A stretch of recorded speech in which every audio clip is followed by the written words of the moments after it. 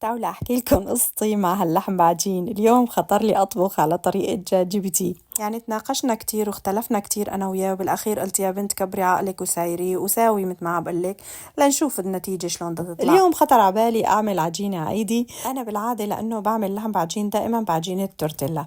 كنت من زمان أعجن وأخبز دائما، بس من فترة طويلة بطلت هالقصص. اليوم ما بعرف خطر عبالي العجين. المهم خلطت لكم هالمواد، رح اكتب لكم المقادير كلها بالتفصيل. وعجنت هالعجينه وغطيتها وحطيتها على طرف ترتاح. وهون انا رحت اطالع حشوه اللحم بعجين، كنت مجهزتها كمان من قبل بساعتين.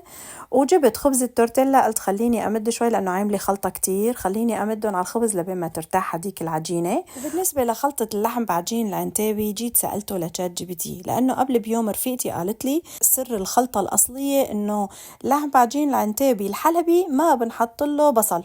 القصابين المحترفين بيحطوا له بس توم.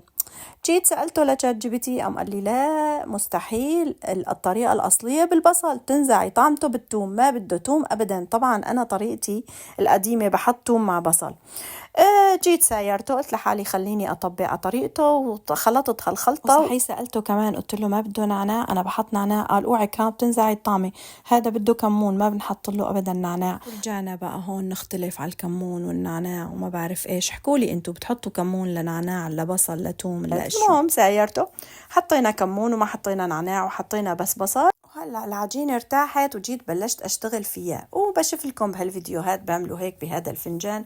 قلت يا بنت جربي لنشوف. يعني ماشي الحال، طلعوا طابات، بس يعني بتك زيادة وما بعرف إيش عم بخترعوا. المهم أنا طبيعتي كمان بحب أجرب كل شيء، قعدي عقلي وما في داعي تجربي شيء وكله هذا عم بياخد وقت وبياخد جهد. المهم رقيت لكم هالعجينة، ويا عيني على هالعجينة طلعت منظومة نظم. إلهي سلم إيدك يا رهوف. سويتها هيك قراص، بس لازم القراص نعملهم سماك شوي، لأنه لما نحط عليهم الحشوة بتعود هيك العجينة ولحالهم بيرقوا. وما حبيت الكفوف بمد الحشوة لأنه بيلزقوا كتير، مديتهم جات بإيدي هيك أسهل. وحطيت لكم يانا على الصينية وخبزتهم، وهلأ هيك طلعوا وهي النتيجة خلصت. يا عيني يا عيني على هالمنظر. بس يعني هذا مو مثل اللحم بعجيننا نحن اللي بالعجين، هذا بيشبه اللحم بعجين التركي. والخلاف بسيط بالطعمات بين الثوم والبصل وهي القصص. وبدكن رأيي الصراحة لا تعجنوا لا تعذبوا. بالتورتيلا نص ساعة بتعملوا كومة لحم بعجين أطيب وأسهل وأسرع.